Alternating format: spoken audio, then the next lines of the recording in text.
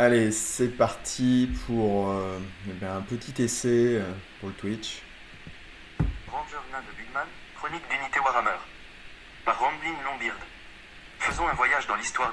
Donc Eric Seri, donc il a fait Rambling Longbeard.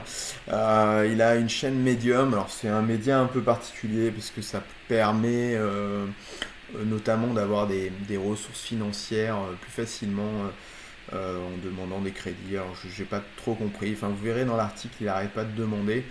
Bon, si vous avez quelques euros, moi je le ferai sûrement un jour. Pour l'instant, je ne l'ai pas fait. Je me contente de relire ses articles et de faire des commentaires. C'est sûr que c'est sûrement pas ce qu'il désire. Lui, il aimerait. Donc il vit aux États-Unis. Il n'est pas américain natif, mais euh, il aimerait à terme obtenir des figurines facilement. Alors peut-être que l'idée, ce sera d'envoyer une sorte soit de la contrefaçon. Bon, ça faut pas trop le dire, mais enfin voilà, des impressions 3D, des choses qui pèsent pas cher, qui pèsent pas et du coup et qui peuvent être envoyées par lettre facilement. Et peut-être que ça lui fera plaisir. Je ne sais pas actuellement, on verra. Peut-être que c'est un collectionneur qui veut des figurines officielles, tout ça, tout ça. Bon, au jour d'aujourd'hui, ça se dit pas. Aujourd'hui, de nos jours, c'est des choses qui finalement n'ont pas trop d'importance de mon point de vue. Ce qui est important, c'est ce qui reste, c'est la sculpture, c'est le design, c'est des choses comme ça. Mais revenons-en à nos affaires. Du maître brasseur le plus célèbre de Warhammer et de sa bande de Rangers Vengeurs. Je tiens à remercier Benoît Dredax pour son aide précieuse dans la rédaction de plusieurs de mes articles, ainsi que tous les lecteurs qui m'ont fait part de leurs commentaires et, plus particulièrement, ceux qui ont généreusement fait des dons et m'ont soutenu concrètement dans la rédaction de ces articles. Donc voilà. Donc première chose, il est gentil, il fait une petite formule de remerciement. Une petite illustration que je lui ai agrandie qui est de John Blanche, hein. Euh, il a mis Tony Ackland, mais c'est une erreur à mon avis. C'est probablement plutôt John Blanche et c'est sûrement pas Nick Bibi. Je dirais ça à partir au vu des petits traits qui sont derrière, qui sont plutôt et puis des symboles qui sont plutôt l'œuvre d'un John Blanche. Donc c'est tiré de Forces of Fantasy de 1984, mars 1984. Donc le supplément d'armée pour la première édition de Warhammer. Cette illustration, on la retrouve aussi dans les trucs de pub du White Dwarf. Voilà, c'est ce que je l'avais précisé. White Dwarf 49 de janvier 84. Voilà, donc écoutez, si vous voulez faire un don, n'hésitez pas. J'apprécie énormément tout cela. Veuillez noter que, malgré le titre de l'article, je traiterai également des Rangers nains génériques des éditions ultérieures. Cette fois, l'introduction sera très courte, car il y a encore beaucoup à dire dans cet article, Bugman et sa bande de Rangers étant une autre unité vénérable dont l'histoire remonte à la première année de Warhammer Fantasy. Donc l'idée c'est de pouvoir parler des Rangers, du concept de Ranger et de Bugman et de ces Rangers qui sont à l'origine finalement du concept de nains qui se baladent dans la brousse, hein, dans la nature. Habituellement, dans l'introduction, j'essaie d'analyser les inspirations historiques et mythiques du type d'unité que je présente, mais dans ce cas précis, je pense que ces inspirations sont assez évidentes, et il n'est donc pas très utile de les détailler. À moins qu'un personnage viking historique ou légendaire ne m'échappe, je pense que les Rangers de Bugman s'inspirent simplement de l'archétype des vikings pillards, et notamment de leur affinité bien connue pour la bière. Les Rangers nains génériques ultérieurs sont simplement basés sur les Rangers de Bugman, car dans les premières éditions, seul le régiment de renommée était présent. Les Rangers nains génériques n'ont été introduits que dans la 6ème édition du jeu, on pouvait déjà les jouer avant. Donc effectivement, c'est pas déconnant ce qu'il dit, hein. L'aspect bière qui est mis en avant. Après, c'est une brasserie dans l'Empire, donc il y avait bien déjà l'idée, dès le Bugman, dès la première édition du Régiment de Renom, que même si c'était pas forcément précisé, mais bon, il avait un nom impérial, Joseph, et je sais plus d'ailleurs le nom de le premier nom qu'il y avait. Bon, peu importe. Et Samuel, je crois. Et en fait, on a cette idée potentiellement de nain expatrié, déjà, de nain qui ne fait plus partie, ou qui n'est pas dans la citadelle en tout cas, qui n'est pas dans la forteresse naine. Donc, ouais. Comme nous l'avons vu dans mes articles précédents sur les unités naines, les 3 premières éditions de Warhammer Fantasy avaient 2 types distincts de nains, les nains impériaux et les nains nordiques, donc introduire une unité.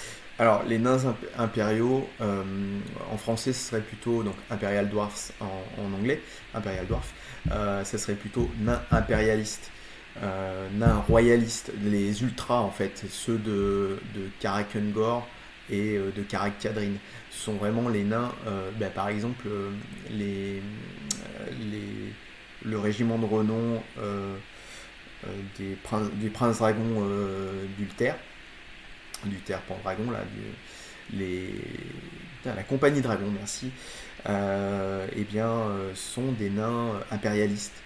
En gros, c'est des nains qui avaient la haine du chaos, en 8ème édition, ce serait les nains qui ont réussi leur jet de haine en début de partie, qui fait qu'ils ont la haine de tout le monde. Voilà, ils peuvent plus bérer tout le monde. En gros, chaque détail est chaque élément est quelque chose pour dire que c'est à cause de ça que l'Empire nain va mal. Donc voilà, c'est pas nain impériaux dans le sens nain qui vit dans l'Empire humain. Le caractère fortement imprégné des archétypes vikings était un bon moyen de vraiment montrer le caractère des nains nordiques. Bugman et ses rangers incarnent clairement la plupart des éléments principaux d'un nain Warhammer, comme apprécier la bière. Rancune, entêtement, résilience, haine des peaux vertes, etc. À la grande exception près qu'ils aiment parcourir la nature et privilégient un type de guerre mobile. Certes, les nains impériaux partagent ces traits, mais ils manquent de l'esprit de raid et, visuellement, du style nordique. Oui, pour le coup, les nains impériaux, effectivement, ils avaient un look qui était plus médiéval. Un peu comme les nains classiques qui sont sortis notamment en Marauder Miniatures. Mais je partage pas totalement son analyse les Rangers sont un équivalent des nains nordiques, des Vikings. Bon, tous les nains en général ont cet aspect-là. Ah, c'était bien pourtant. Assez de préambule, commençons notre voyage à travers les années avec l'un des personnages les plus emblématiques du monde de Warhammer et l'unité qui descend de lui et de sa bande. Warhammer première édition, 1983. Joseph Bugman et ses... Alors juste pour la petite blague, 1983, effectivement c'est la première édition, et ce qui est assez rigolo, c'est que derrière la boîte blanche, on a un copyright qui date de 1982. Je pense qu'il est sorti au tout début 83, à Noël, enfin Noël 82, ou des janvier 83. Et c'est vrai qu'il était prêt en 82, les copyrights disent bien ça. Une petite illustration que je lui ai améliorée, qui représente le régiment de renom et qui était disponible en fait dans le second Citadel Compendium de 84. Joyeux Ranger nain n'était pas inclus dans la toute première publication de Warhammer Fantasy, car il n'était pas mentionné dans le livre de règles original. Cependant, ils furent introduits moins d'un an après le lancement de Warhammer avec la deuxième publication de Warhammer, en mars 1984, Force of Fantasy. Force of Fantasy est le tout premier supplément de liste d'armées pour Warhammer. C'était un supplément indispensable, car la version originale ne comprenait aucune liste d'armées ni aucune méthode dédiée à leur création. Forces of Fantasy, donc que les joueurs de Warhammer The Old World reconnaîtront, puisque c'est le titre de leur supplément d'armée consacré aux forces du bien. Ça a été traduit les forces fantastiques au lieu des forces du fantastique. Peut-être que le du aurait été intéressant.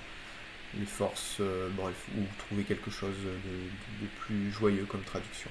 Agissait à l'origine d'un simple jeu de règles pour créer des batailles avec des figurines de D&D et autres jeux de rôle, une sorte de jeu de rôle avec des règles étendues pour le combat en groupe. La plupart des règles hors combat étant supprimées, de nombreuses règles purement de jeu de rôle étaient néanmoins incluses. Ce système fut rapidement étendu dans les compendiums Citadel et avec Force of Fantasy, ainsi que par la sortie de figurines exclusivement dédiées à Warhammer Fantasy. On pourrait affirmer que Warhammer est véritablement devenu un jeu de guerre après la sortie de Force of Fantasy, car il incluait des règles étendues pour le combat avec des unités et d'autres règles supplémentaires liées aux batailles de grande envergure, ainsi que les premières listes d'armées et d'autres extensions comme des objets magiques supplémentaires, etc.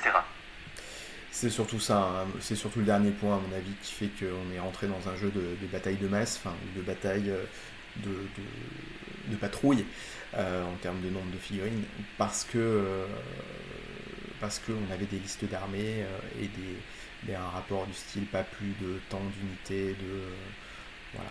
Et ça, c'est des limitations, des choses qui vont suivre Warhammer toute son existence. Et puis il y a une espèce de roster dans Forces of Fantasy, je sais pas si on voit un peu plus bas. Dommage, non, il l'a pas mis. Il l'a pas mis. Donc c'est un espèce de roster à la Blood Bowl où on voit des lignes avec les profils et voilà. Enfin les lignes de statistiques mais un peu plus développées sur on peut avoir un étendard, oui, non, des choses comme ça. On notera aussi qu'à cette époque, il n'y a pas de valeur de commandement. C'est un jet de dés classique qui varie en fait si tu es nain, humain ou elfe, je crois. Une histoire comme ça. Mais la caractéristique de commandement n'existe pas. C'est dommage que j'ai pas. Alors je pourrais vous montrer, mais si je fais ça, bon, non, je vais pas vous montrer. Je maîtrise pas assez l'outil.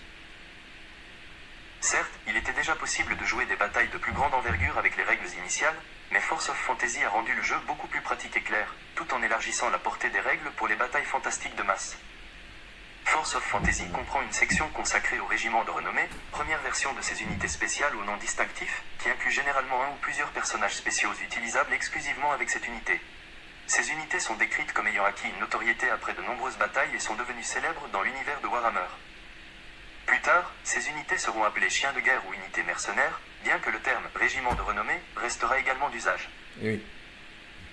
Bon, là c'est un.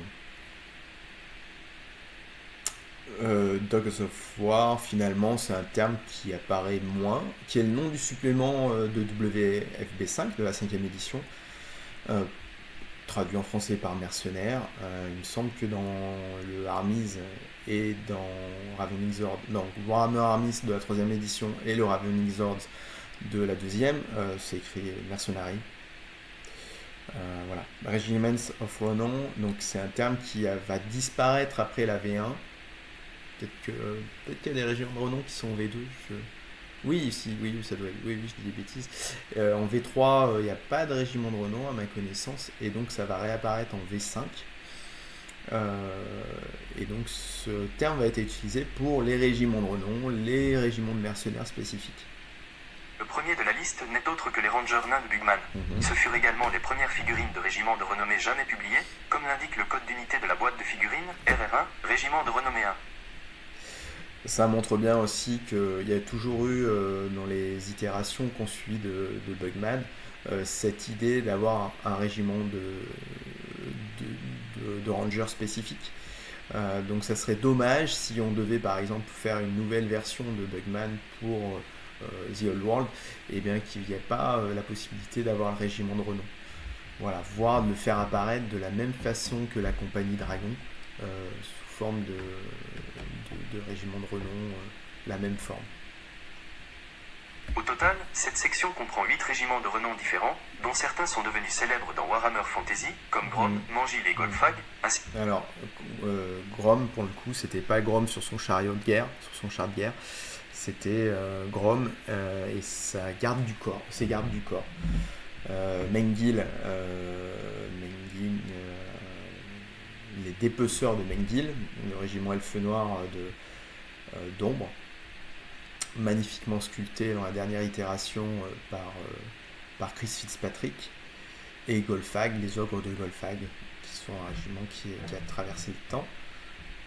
Que d'autres malheureusement disparus, comme le Mola Food Ackland. Ouais, le Mola Food Ackland, donc une référence à Tony Ackland. C'est effectivement dommage que les figurines aient disparu. Ceci étant, si on arrivait à les scanner, à les imprimer un peu plus gros, voire à missionner un sculpteur pour faire une version un peu plus moderne de ce régiment, il y aurait quelque chose de très intéressant à faire. Surtout le fluff qu'il y avait dans le Mola Food d'Ackland, Ackland le Mola Fou. Le Mola Fou Ackland, oui. C'était un fluff qui est assez intéressant, qui peut être repris un petit peu dans toutes les itérations modernes de l'Arabie. Je reviendrai certainement sur certains de ces autres régiments de renom, ou peut-être rédigerai-je un aperçu général d'eux, car je pense que ce sont presque tous d'excellentes unités, modèles, histoire et règles. Je suis ravi du retour de Je quelques suis assez unités d'accord. mercenaires de ce type avec la sortie sur commande de la compagnie Dragon du Prince Ulter. Voilà. C'était une sortie assez surprenante, car il s'agit de figurines des années 80. Donc, je sais pas, pour ceux qui écouteront la chose un peu tard, etc., effectivement, ils sont sortis en make to order pour Warhammer The Old World à la sortie des nains de l'Arcane Journal Forteresse Naine. Donc c'était assez cool de voir ces figurines des années 80 revenir, quoi, réapparaître. J'espère que nous en verrons davantage, et peut-être même une réédition des Rangers nains de Bugman. Je suis sûr qu'il y a beaucoup de demandes pour cela, je doute que quiconque de Games Workshop lise ceci, mais au cas où quelqu'un de là-bas finirait par voir cela, vous obtiendrez certainement beaucoup de ventes grâce aux rediffusions de Régiment of Renown et des unités ultérieures de Dogs of War. La section Force de la Fantasy, consacrée aux Rangers nains de Bugman, pose les bases de leur histoire, restée globalement inchangée dans toutes les versions ultérieures, à quelques exceptions près qui n'auraient plus de sens dans les éditions ultérieures du jeu. Ça, c'est quelque chose que m'a fait remarquer Eric Serry et je partage complètement. Les profils de Warhammer, finalement, à travers les éditions, ils n'ont pas tant que ça changé. Alors, c'est sûrement une volonté de pas trop perturber les joueurs des anciennes éditions. En tout cas, ce qui est dommage, c'est pour ça que moi, ça me hérisse le poil quand je vois qu'ils changent l'initiative des orques dans Warhammer The Old World et qui... Peu importe la raison, moi j'aurais préféré qu'on garde le profil de 2 et qu'on trouve une règle spéciale qui vient s'ajouter à l'initiative qui peut la faire plus ou moins changer. C'est quelque chose que je regrette, mais voilà, le fait que les profils soient assez identiques, c'est assez cool. Quand il y a des gros changements comme ça, il me vient en tête les elfes à la V6 où leur personnage garde endurance 3. Et ça, je trouvais que c'était bien vu. Mais voilà. Par exemple, dans cette version, Bugman se contente de vendre son amère de Bugman aux nains et aux gobelins, car tout laiton était du laiton. L'histoire mentionne également la mort de Joseph et de tous les rangers nains de sa bande. L'histoire ultérieure est généralement écrite au passé, laissant entendre que Joseph et ses rangers pourraient ne plus être en vie à ce moment précis, mais leur mort n'est pas expliquée. Ouais, je sais pas ce qu'il a traduit, mais vous voyez ce que j'ai mis en gras, Bugman's Bitter, donc c'est le type de bière qu'il vend. Il n'y a pas de... Dans cette première édition, on parle pas de la 6X, on parle pas de la spéciale Bugman, des choses comme ça. Explicitement mentionné. Cependant, la mort reste ambiguë, même dans cette première version de l'histoire de Bugman, laissant aux joueurs la possibilité de vivre leurs propres aventures avec Bugman, même dans la chronologie actuelle du jeu. Ouais. Et de la même façon, il est très mal... on ne sait pas à quelle période ça se passe. De toute façon, c'est la première édition, donc la chronologie n'existe pas vraiment. Il n'y a pas vraiment ce genre de choses. Et on peut... comment dire ? On peut se dire qu'il y a quand même un aspect intéressant, dans le sens que voilà, la mort du héros n'est pas forcément bien écrite. Il meurt, oui, soit, certes, mais dès l'itération qui a suivi, il y a une nouvelle qui explique comment ils sont sortis et c'est plutôt cool, ça donne un peu de substrat au personnage.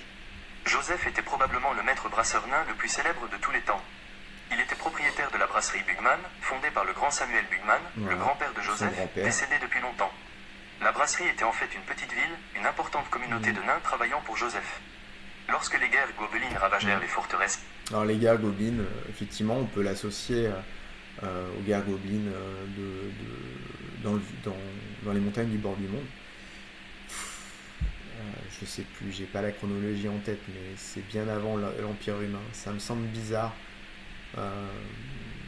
Après, dans la V1, ça n'avait pas la même signification, ces guerres gobelines. À voir.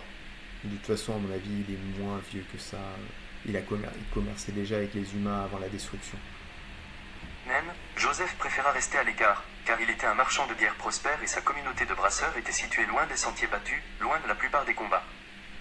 Comme mentionné précédemment, Joseph était heureux de rester passif et de vendre sa bière à tous ceux qui en voulaient, y compris les gobelins. Lui et sa communauté seraient restés à l'écart des événements si leur convoi transportant la meilleure bière de Bugman au pays des trolls n'avait pas été attaqué de manière inattendue. La Bugman Best Beater. Une bande de gobelins déchaînés. Tous les nains du convoi furent massacrés par les gobelins, y compris Bono, le fils unique de Samuel et père de Joseph. La nouvelle fut un coup terrible pour Joseph, déjà un vieux nain, qui jura de se venger des gobelins pour ce vol et ce meurtre odieux. Sans hésiter, Joseph prit son épée et son armure et rassembla un petit groupe de ses ouvriers, tous ayant perdu des proches ou des amis dans le massacre. La bande disparut dans les terres mauvaises et on n'entendit plus parler d'elle pendant les années qui... Les Badlands. Alors pour le coup, si c'est les Badlands, c'est les terres arides. Les terres... Ah bah alors, en dessous des principautés frontalières, les terres arides. Il me faudrait une remarque si je dis des bêtises. Je me souviens plus de la traduction. Suivirent. Des rumeurs venues du sud faisaient état des ravages des rangers de Bugman, d'embuscades rusées, de raids nocturnes meurtriers et de la consternation des gobelins. Finalement... Et pour la petite histoire, les Badlands, ça a toujours été le no man's land de Warhammer, l'endroit, le western, l'endroit où tu peux tout te permettre, avec des princes frontaliers de tout type, avec des délires de tout type. C'est là où tu peux introduire pas mal de, apporter pas mal de settings autres. Moi j'avais eu l'idée de porter l'univers de Berserk dans Warhammer et de le baser dans ces Badlands, dans ces principautés frontalières. Pour ceux qui connaissent Berserk, voilà, vous voyez un peu les ponts qu'il peut y avoir, parce que beaucoup de cultures se mélangent. Blessés et épuisés, Bugman et sa bande, désormais réduite à l'état de misérables, retournèrent chez eux pour livrer leur dernière bataille, défendre la brasserie de Bugman contre l'avancée des armées des gobelins. Le corps de Joseph Bugman n'a jamais été retrouvé. On suppose généralement qu'il est mort avec tous les autres membres de son régiment et leur famille. Comme mentionné précédemment, le scénario reste le même dans les éditions ultérieures du jeu. Joseph et sa bande ont juré de se venger des gobelins suite à une attaque visant sa communauté, puis ont tendu des embuscades et attaqué les gobelins en utilisant des tactiques inhabituelles pour les nains. Les détails concernant l'objet de l'attaque des gobelins, les autres personnages mentionnés, les lieux et le contexte général des événements changent cependant pour correspondre au contexte général ultérieur. C'est une belle histoire qui donne à Joseph et à ses compagnons une raison d'errer et d'attaquer les gobelins en particulier, mais étrangement, cette version, ou plutôt les versions ultérieures, n'explique pas vraiment pourquoi.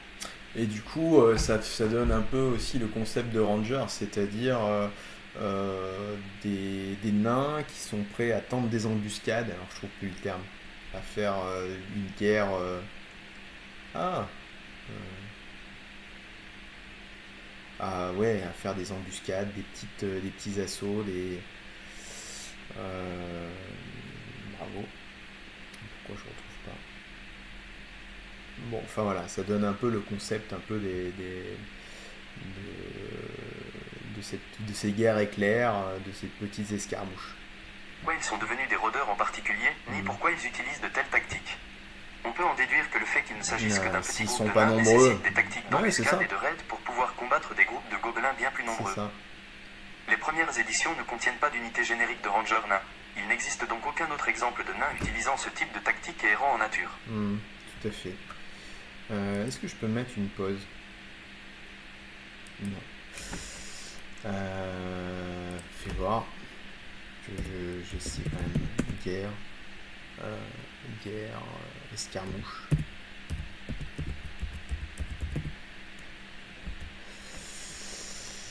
Eh oui, mais non, ça va pas. Guerre, attaque, escarmouche. Ah, vous voyez, vous, ce terme, comment ça s'appelle? Allez, tant pis. Les nains se contentent généralement de rester dans leur forteresse de montagne ou autre village et de combattre de manière très organisée, en bloc d'infanterie. Les rangers de Bugman constituent une exception intéressante.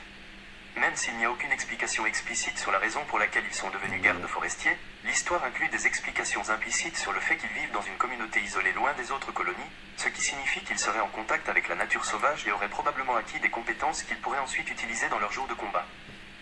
Cela, ajouté au fait qu'ils sont une petite bande itinérante vengeant leur famille, fournit un contexte suffisamment bon sur la façon dont ils sont devenus les rangers nains de Bugman. Les règles des régiments de renommée sont très basiques comme d'habitude pour la première édition. Hop, on a un petit profil pour la petite histoire. Donc 3,5, ça vient de l'armure en fait, qui faisait perdre un demi-pouce. L'armure lourde, je pense. L'ACC, l'ACT. Alors la force et l'endurance, en fait, dès le supplément Ravening Zord, c'est dans Ravening Zord de la V2, on nous explique qu'il faut rajouter 1 en force et C le convertir, donc troisième lettre de l'alphabet, et rajouter 1. Donc ça fait 4. Donc on est sur du profil de nain, c'est ce que je vous disais, l'init de 2, les attaques une seule, bon, un peu élevé. Ça c'était des petits champions, enfin pas des petits champions avec CC5. Ça a un peu changé et évolué avec le temps. Avec quelques exceptions notables comme les fanatiques, vous obtenez une ligne de statistiques pour les troupes qui est identique à la liste de base de l'armée des nains, une liste d'équipements qui est incluse dans le prix d'un modèle. Pour les rangers, il s'agit d'une hache à deux mains, d'une hachette, d'une épée courte, d'une arbalète, d'une cotte de maille et de bouclier. Les rangers coûtent 13 points contre 9 pour les gardes nains, mais ils bénéficient en plus d'arbalètes et de haches à deux mains, ce qui semble être un bon rapport qualité-prix. Cependant, je ne peux pas vraiment me prononcer sur le total des points de la première édition, n'ayant aucune expérience avec ce type d'équipement. La liste inclut également les règles du chef, qui sont simplement les statistiques d'un héros nain générique d'un certain niveau, dans ce cas un héros nain majeur et il a un facteur de leadership de 5. La liste de l'armée naine elle-même comporte... Voilà, encore une fois, le facteur de leadership, il n'était pas dans le profil. De 3 niveaux de héros, un héros mineur, un héros et un héros puissant, donc je suppose que dans ce cas, un héros nain majeur est le même qu'un héros puissant. Un héros puissant coûte 65 points et possède de très bonnes statistiques. Mighty Heroes, ça a été traduit dans les autres éditions héros majeur, plutôt que héros puissant. Par exemple, sa compétence d'arme est de 9 et ça représente le seigneur en fait. Une unité peut également avoir un champion régimentaire, qui peut s'ajouter au chef régimentaire, ou le chef régimentaire peut également être le champion. Ils utilisent les mêmes statistiques de héros que les chefs. La seule différence est que si une unité possède un champion distinct et combat contre une autre unité qui possède un champion, ces champions combattent toujours séparément. Si le chef est également le champion, il combat alors normalement aux côtés du reste de l'unité. Le facteur de leadership a été introduit dans Force of Fantasy lui-même. La première section du livre inclut ces règles supplémentaires pour les régiments et il est indiqué que chaque régiment, n'importe quelle unité, doit avoir un chef de régiment et que chacun d'eux a une statistique de facteur de leadership qui donne à l'unité un bonus lors de la sauvegarde contre la peur et la terreur. Pour un facteur de leadership de 5, vous obtenez un bonus de plus 3 à ses lancers. La même liste, qui inclut les informations ci-dessus, contient également des informations sur la tenue vestimentaire du régiment, y compris les couleurs, le design de son bouclier et son cri de guerre, pour donner du peps à l'unité. Dans ce cas précis, l'unité porte des manteaux de brasseurs d'études en chamois, des capes de gros temps couleur terre, des culottes en peau de daim, des bottes lourdes et porte une cotte de maille sous les manteaux de chamois. Le design de son bouclier est celui de la famille Bugman, celui représenté sur le dessin Bugman ci-dessus. Son cri de guerre est « Minzaber », crié par la moitié de l'unité, auquel... Et puis donc le fameux P, et donc Minzaber, je sais... Ouais, Reste répond « Ziorron ». C'est du nain et sa traduction serait inconnue. Si vous voulez imaginer ce que cela pourrait signifier, laissez un commentaire. Un lecteur bienveillant m'a fait remarquer que, prononcé à voix haute, cela ressemble à Minzabir et Itsurun, ce qui est probablement ce que l'auteur voulait dire par là, car cela correspond parfaitement au style d'écriture. Mine a beer, ça veut dire paye ta bière. Mine a beer. Et l'autre truc, it's your own, c'est ton tour, c'est à toi.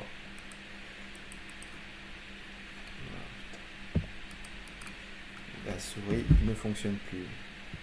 Des débuts, qui comportait de nombreux jeux de mots absurdes comme celui-ci. Cela laisse encore la possibilité d'imaginer d'autres significations, alors si vous avez envie d'en proposer une autre, je serais ravi de l'écouter. Voilà pour l'histoire et les règles, passons à l'admiration des tout premiers modèles Bugman's Dwarf Ranger. Un mois seulement après la sortie de Force of Fantasy en avril 1984, Citadel a sorti des figurines pour les 2 premiers régiments de renom répertoriés dans le supplément. La première était celle des Rangers nains de Bugman, RR1, la seconde était celle des Chevaliers d'Origo. Ils sont beaux, ils sont très bien peints. Le slogan Minzabir, paye ta bière. Et puis Bugman, un peu grisonnant, c'est peut-être.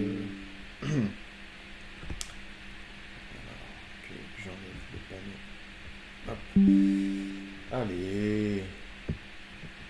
Ne pas déranger pour la prochaine fois. Voilà, donc il a essayé de suivre les couleurs. C'est un peu terne, mais c'est cool, ce bleu royal là. Ce régiment a été sculpté par les frères Perry, comme presque toutes les figurines nains produites par Citadel dans les années 80. Dans les années 80, chez Citadel, la coutume était de ne pas distinguer les jumeaux pour les crédits de sculpture. Malheureusement, je ne sais donc pas s'ils ont tous deux travaillé sur le régiment ou si un seul d'entre eux les a sculptés. La version originale d'avril 1984 ne comprenait pas le champion de l'unité et toutes les figurines étaient de type Preslota. Le champion n'est sorti qu'en avril Je comprends 1987 pas sous pourquoi elle me forme de rappelle. modèle Bon, Slotta, je suis désolé. accompagné d'une seconde version On du va couper porte-étendard, là, ce qui est un peu étrange, car à peut-être. cette époque, Citadel avait déjà sorti une seconde version différente de l'unité complète des Rangers nains de Bugman, comme nous le verrons dans la section deuxième édition. Le champion et le nouveau porte-étendard étaient présentés dans le dépliant d'avril 1987, aux côtés des modèles originaux de Bugman's Dwarf Ranger de 1984, sans le porte-étendard d'origine, bien sûr. Ils étaient donc évidemment destinés à être utilisés avec l'unité d'origine. C'était 5 mois après la sortie du nouveau Bugman's Dwarf Ranger RRD1. Pendant un certain temps, Citadel vendait donc deux versions totalement différentes de Bugman's Dwarf Ranger.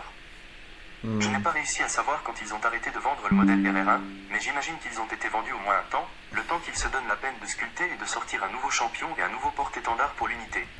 Apparemment, la raison de ce nouveau porte-étendard était que le drapeau original était trop facile à casser.